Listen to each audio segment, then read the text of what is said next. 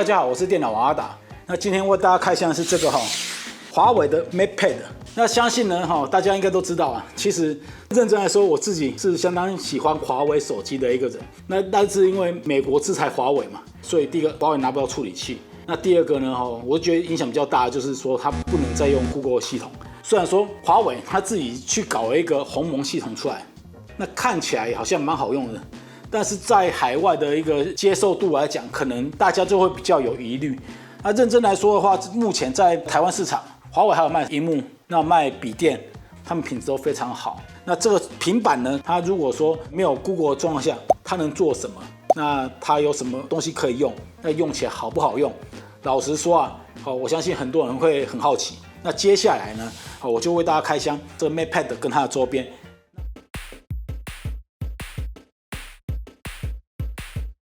好，那接下来我们直接开箱。好，首先是这个平板，那我们先打开。好，大家可以看到，因为它没有 Google 四级嘛，所以它是用华为自己的一个叫 App Gallery 的一个软体四级。好，其实在中国的话，原则上中国品牌他们都有自己的软体四级啊，只是说出海外接受度怎么样，我就不知道。但是目前就我知道来讲，华为的鸿蒙应该是最多人用的因为它除了中国市场以外，它其实海外还是有一些使用的支持者。好，那大家看一下这个平板，它的尺寸的话，我觉得还蛮 OK 的。那接下来看一下，这里一样有个退夹针，然后说明书，还有一个简单的充电线。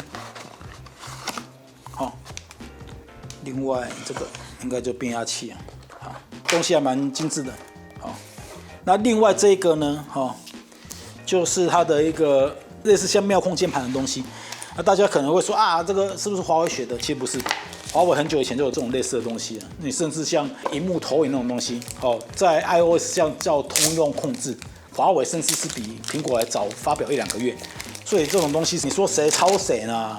我是觉得没有定论啊，只能说科技的发展，可能大家都英雄所见略同。那它使用上就是让可以装上去之后，然后这边可以打字。接下来的使用呢，我会使用个1-2个礼拜之后，再为大家继续做新的。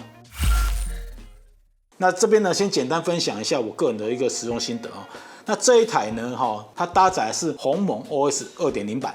那它的 CPU 使用麒麟的710A， 记忆体部分是4GB RAM， 然后128GB 的 ROM， 它可以扩充记忆卡。那搭载的是10.4寸的一个萤幕，解析度呢是2000×1200。相机部分呢，它搭载是1300万画素的一个相机，那前置有一个800万画素的相机，重量只有450公克而已，算是蛮轻的。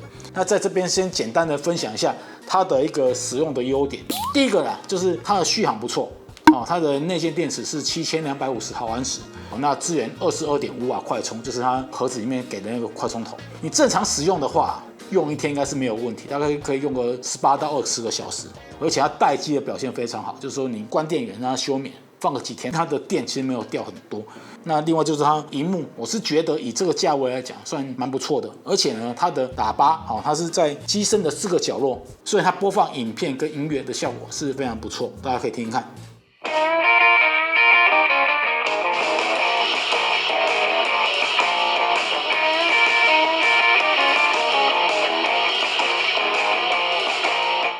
那另外呢，它支援记忆卡扩充，但是比较可惜的就是那个样子看起来有点像行动版，但是它不能插 SIM 卡，这点我是觉得有点可惜啊。那因为它是搭载麒麟的710A 处理器，它那个效能老实讲是普普的，并不算快。但是因为搭载鸿蒙系统，所以它整体流畅度，我是觉得以这个等级的 CPU 来说，大概它算670左右的处理器吧，流畅度是非常不错的。你如果搭配这种华为手机，或者是说华为的笔电的话，甚至还可以使用终端服务功能，可以把手机的画面直接投影到平板上，或者是让平板去当做笔电的一个延伸萤幕。这一点使用体验我是觉得非常不错。但是甚至来说，我是觉得不输给苹果。好，那接下来我们讲到它的内建系统部分因为它搭载是鸿蒙的 OS， 不是一般我们常见的 Enjoy。但是使用的体验上，不管是手势操作啊，那软体的使用啊，甚至相容性部分，其实跟一般的 Enjoy 系统是完全几乎没有差别。但是呢，它缺了 Google 的服务。为了因应这个所以说华为他们自己是内建自己的一个地图软体，那也有自己的浏览器，还有一些音乐服务，甚至它内建的地图呢，在台湾也可以用，也可以导航。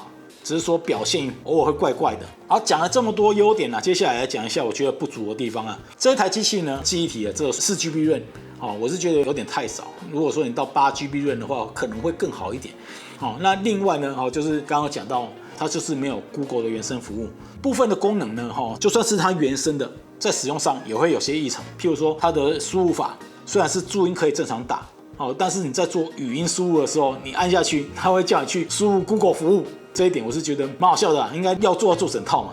另外就是它地图的服务部分，它虽然可以用，但是呢，有的时候开启的时候，它会跳个错误讯息，目前地区暂无地图服务，但是你把它关起来之后又能用，这一点也是觉得奇怪。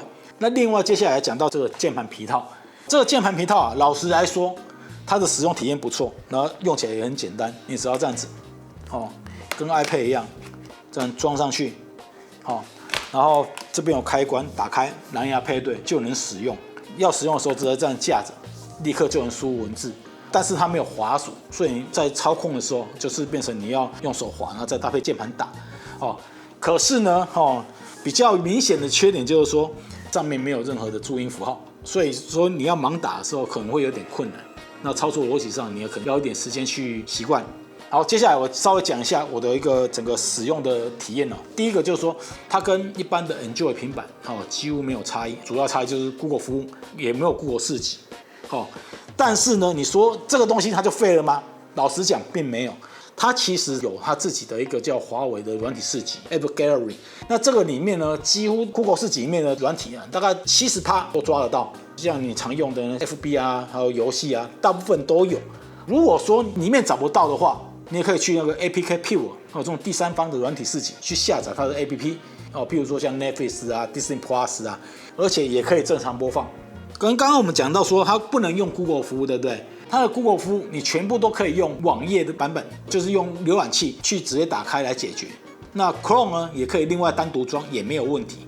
不管是信箱YouTube 影片或 Google 地图其实都能正常的使用。那如果说你真的非用 Google 服务不可的话，其实在华为软体市集里面有一个软体叫做 G Space， 你知道安装之后它就会在里面模拟一个 Enjoy 的机器。那在那边呢，它就可以从软体市集里面去下载所有目前已知的 Enjoy 的软体。我实测过就是不管是浏览器也好，地图也好， Gmail 也好， YouTube 也好，全部都能用。那个我看有其他网友测，里面装Line去拨打电话，甚至说接听电话、待机也都没有问题，听起来像很完美，对不对？可是这套软体它是要钱的，你免费也可以使用，但是你每次在执行的时候就要看一下它的广告，大概看个5秒，这个有点烦。那这个东西呢，它也可以花钱自己去买一个完整版，就没有广告了，大概是500多块。我个人觉得华为可以的话，应该出这笔钱，或者说给一个优惠码之类的，直接让大家去兑换这个服务。好，最后结语简单讲一下，整体来说这 MatePad 2022是一款相当超值的一个多功能学习商务平板。就是以它的价位来讲，它的整个表现我是觉得蛮不错的，不管是在影音娱乐表现或者说使用的流畅性都 OK， 还可以扩充记忆卡。不过最可惜就是没有内建那个 Google 四级。那华为想靠自己去走出一个 App Gallery 的生态，老实讲，我是觉得非常值得尊敬的。不过以现阶段来说你要让消费者改变这个使用习惯，还是需要一点时间。那另外呢，它内建的一个超级中央功能，我是觉得它的功能是相当的好用。可惜它又限定了只能给华为的设备用，就是说你必须要有一个华为的手机，问题它现在台湾没卖或者是去买华为的笔电。华为笔电老实讲是相当不错的，有的时候特价的时候，我就觉得它的性价比真的很高，你可以考虑。我个人是觉得，如果它愿意开放让一般的 Windows 的笔电或电脑，或甚至让 Mac 去跟华为的设备去做一个超级终端的连线，或者说一般的手机装个 APP 也可以做超级终端的服务的话，当然说不要100%嘛，给它70%-80%的东西，更深入了，你就华为的设备会更好，让大家习惯你的这个生态。这样子呢，我是觉得对你自己本身去推广设备才会比较有帮助。当然这是我个人的想法，就觉得这个东西其实老实讲不错。那华为的手机，大家如果之前也在用，应该也知道说它的相机非常好用，但是你就惹到美国啊，美国就要搞你，没办法。好，以上就是我对这台华为 MatePad 2022的一个简单的心得分享。我是电脑王阿达，如果喜欢这张影片呢，记得帮我按赞、订阅跟开启小铃铛。我们下次影片见，拜拜。